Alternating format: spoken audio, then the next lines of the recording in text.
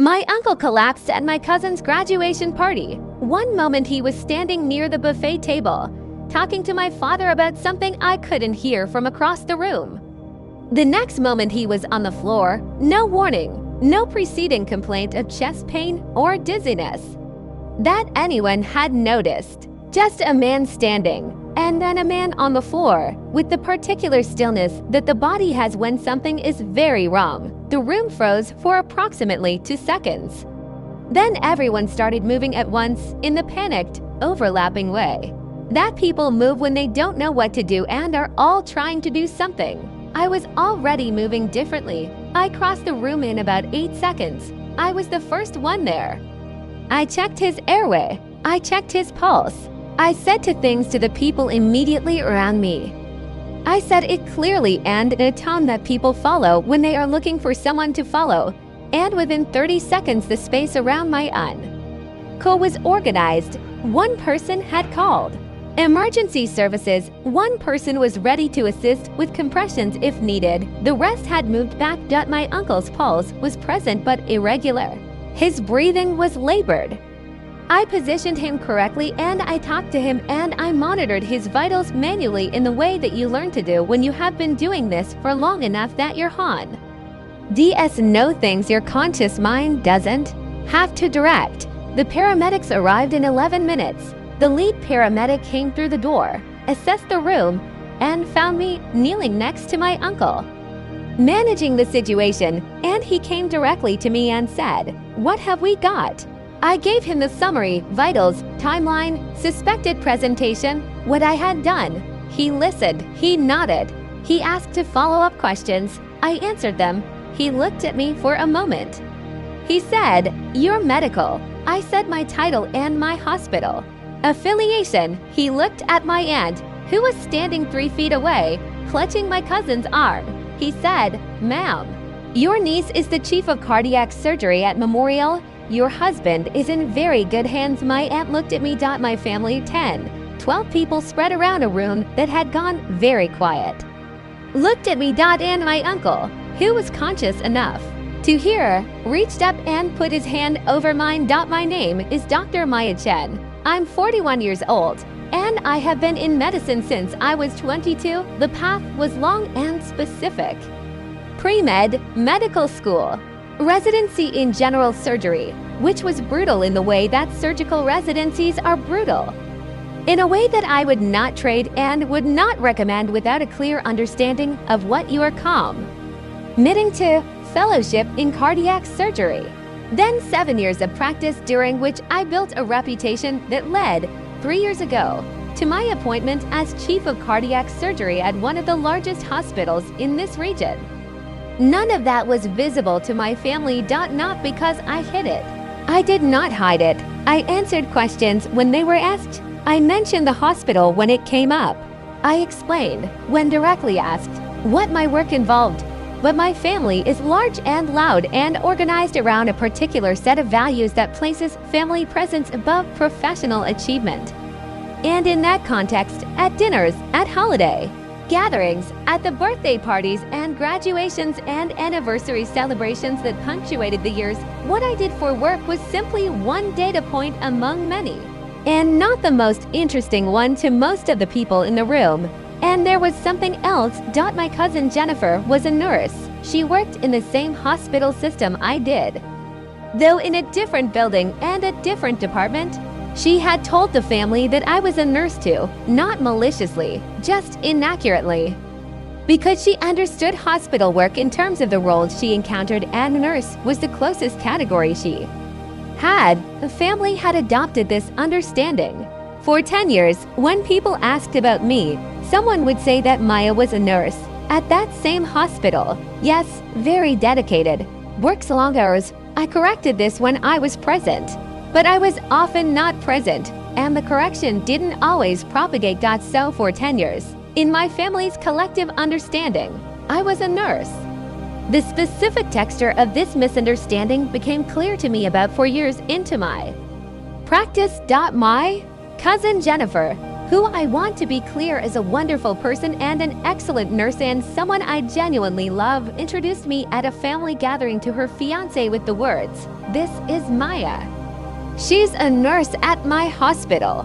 And her fiance said that was great. Nursing was such important work. His aunt was also a nurse and loved it. I said, "I'm actually a surgeon, cardiac, but nursing is." Jennifer laughed. She said, "Oh, right, sorry. She keeps getting promoted." And she said it in the way you'd say someone had been given a new title at an administrative job, with an affectionate vagueness that suggested the specifics were not particularly relevant. Her fiance said, "Oh, cool, we moved on." I had, by that point, performed over 800 open heart procedures. I had twice been called in for emergency consultations at other hospitals when their surgical teams encountered complications outside their experience. I had published work that was cited in 3 different countries. Jennifer thought I kept getting promoted. I decided, in that moment, that correcting the record at family gatherings was not the most important use of my energy. That my family's understanding of what I did had no bearing on what I actually did, and that the work was its own sufficient reward. And that the particular prestige of being correctly understood at a birthday party was not something I needed to prioritize. I held that position for 6 more years. My extended family is large. My uncle Robert, the one who collapsed at the graduation party, is my mother's brother. He is 67, somewhat overweight. A man who has resisted medical advice with the particular stubbornness of someone who has gotten away with ignoring things for so long that he has started to believe he will continue to get away with it. I had told him at a family dinner approximately 2 years before the graduation party that he should see a cardiologist. He had the risk factors. His father had died of a heart attack at 69. He was showing some of the early signs that I recognized from professional habit even at a dinner table. He said he felt fine. I said that was good. But that feeling fine was not the same as being fine, and that I would feel better if he had a workup done. He said he'd think about it. He did not think about it. Or if he did, he thought about it and decided against it, which is its own kind of thinking. 2 years later, he was on the floor at his granddaughter's graduation party. The graduation party was on a Saturday afternoon at my aunt's house. It was a large gathering, 40, maybe 45 people, the kind of multi-generational family event that my family does well. Full of noise and children running between adults' legs and a buffet table that had been built for people who eat seriously. I had driven myself. I arrived slightly late, as I often do from habit, not rudeness. But the specific trained response to the pager that goes off on the way to your car that has made me late to more personal events than I can count. I had been there for approximately 20 minutes when Robert went down. What happened in those 20 minutes after I stabilized him and the paramedics took over is the part one want to describe, because it is the part that stays with me. The room was quiet in a way that large family rooms rarely are. People were standing in the particular configurations of shock, in small clusters, near walls, holding onto each other with the reflexive physical contact that humans use when something frightening has happened and the body wants to touch something solid. My Aunt Margaret was crying. My cousin, Robert's daughter, the one whose graduation it was, had her arm around her mother. The paramedic, before they took Robert out, turned to the room and said what he had said to my aunt, that the chief of cardiac surgery at Memorial had been present and had managed the situation, and that this had almost certainly made a significant difference to the outcome. Then he looked at me and said, "We'll take it from here, doctor." "Thank you," I said. "He goes straight to the cardiac unit. Tell them Dr. Chen called it in." He said, "Yes, doctor."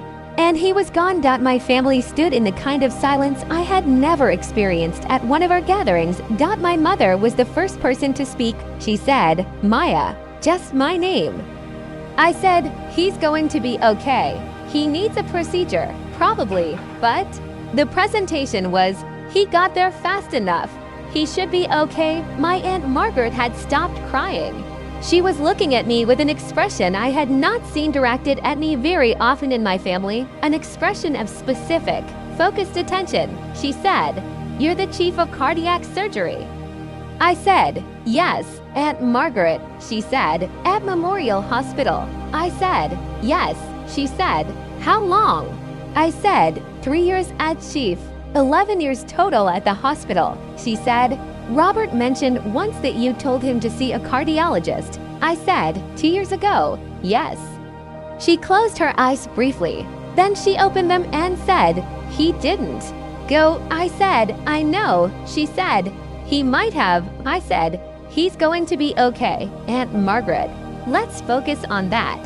My cousin Jennifer found me near the door while people were beginning to leave. She looked like she was working through something.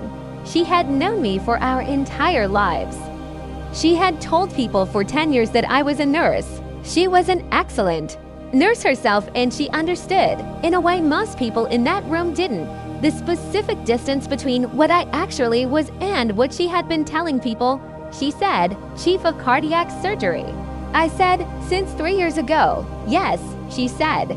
"Why did I think you were a nurse?" I said, "You probably said it once early on and it stuck." I corrected it when I was there. I wasn't always there. She said, "I've been telling people." I said, "Jen, it's okay." She said, "It is absolutely not okay." But she said it with a kind of affection in it, the fond exasperation of someone who loves you and is annoyed at themselves on your behalf. She said, "You should have corrected me harder." I said, "I should have." "Yes," she said. "Does it bother you that people thought?" I said, "Sometimes, mostly not." The work doesn't change based on what people think it is. She was quiet for a moment. Then she said, "Uncle Robert would have died today if you weren't here." I said, "Probably not died, but it would have been worse." She said, "You saved his life." I said, "I did my job." She looked at me. She said, "That's an insane thing to say." I said, "That's what it is, though. It's what I do. It's what I've been doing." My uncle spent 5 days in the hospital. He had a procedure on the second day. I was not the operating surgeon for obvious reasons. But I was present during the consultation and I reviewed his case. And he came through it well on day 3. From his hospital bed, he asked to see me. I sat next to his bed in the way I sit next to patients' beds, the specific posture that says, "I am here. I am not in a hurry. I have time for this conversation." It is something you learn, or you don't. And if you don't learn it, you lose patience in a different way than through medical failure. He said, 2 years ago you told me to see a cardiologist." I said, "Yes." He said, I thought you were being a warrior, a nurse thing." I said, "I know." He said, "If I'd gone 2 years ago," I said, "We don't know what would have happened 2 years ago. What we know is what happened Saturday, and you're here, and we dealt with it." He looked at the ceiling for a moment. He said, "You did that thing with your hands when I was on the floor. You knew what you were doing." I said, "Yes." He said, "I've never seen anyone that calm." I said, "You get used to making decisions quickly. It stops feeling like a choice and starts feeling like the next thing." He was quiet. Then he said, "Maya, I didn't know." I said, "I know you didn't." He said, "Why didn't you?" I said, "You never asked Uncle Robert, and the dinners were for family, not for credentials." He put his hand over mine again, the same way he had on the floor. He said, "I'm asking now." So I told him all of it, the years, the procedures, the cases that had stayed with me, the ones that hadn't gone the way I needed them to go, and the ones that had. The specific weight of the work and the specific satisfaction of it. He listened to all of it. When I finished, he said, "You should have told us sooner." I said, "Maybe." He said, "Definitely." I said, "Okay, definitely." Robert came to Christmas that year, first time in 6 years. He had always had an excuse. At dinner, when someone asked what everyone was grateful for, he said, "My niece." And the fact that she happened to be standing 20 feet away from me when my heart decided to stop cooperating. My mother, sitting next to me, put her hand on my arm. My family has a different understanding of what I do now. They ask questions, real questions, not polite ones. My Aunt Margaret, in particular, has become someone who introduces me specifically and correctly to everyone she meets, with a particular quality of pride in it that I find, I will be honest, moving. She has appointed herself the keeper of my credentials in every room she enters. I have not told her to stop. I want to ask you something that has been on my mind. My uncle did not see a cardiologist because he thought the recommendation came from a nurse, not from cruelty or dismissal, but simply because the level of urgency he assigned to the advice was calibrated by his understanding of who was giving it. I think about that a lot. How many times do we discount advice, guidance, warnings from people we love, from people who are trying to help us, because we have mislabeled what they are? Because the category we've put them in doesn't match the expertise they actually have. My family put me in the nurse category and left me there for 10 years. I did not correct them forcefully enough. My uncle paid the price for that in a small way that could have been a large way. Was that my fault? Partly. I should have been clearer. Was it their fault? Also partly. They should have asked. Tell me in the comments, have you ever ignored advice from someone because you had them in the wrong category, and how did that end? I read every single one.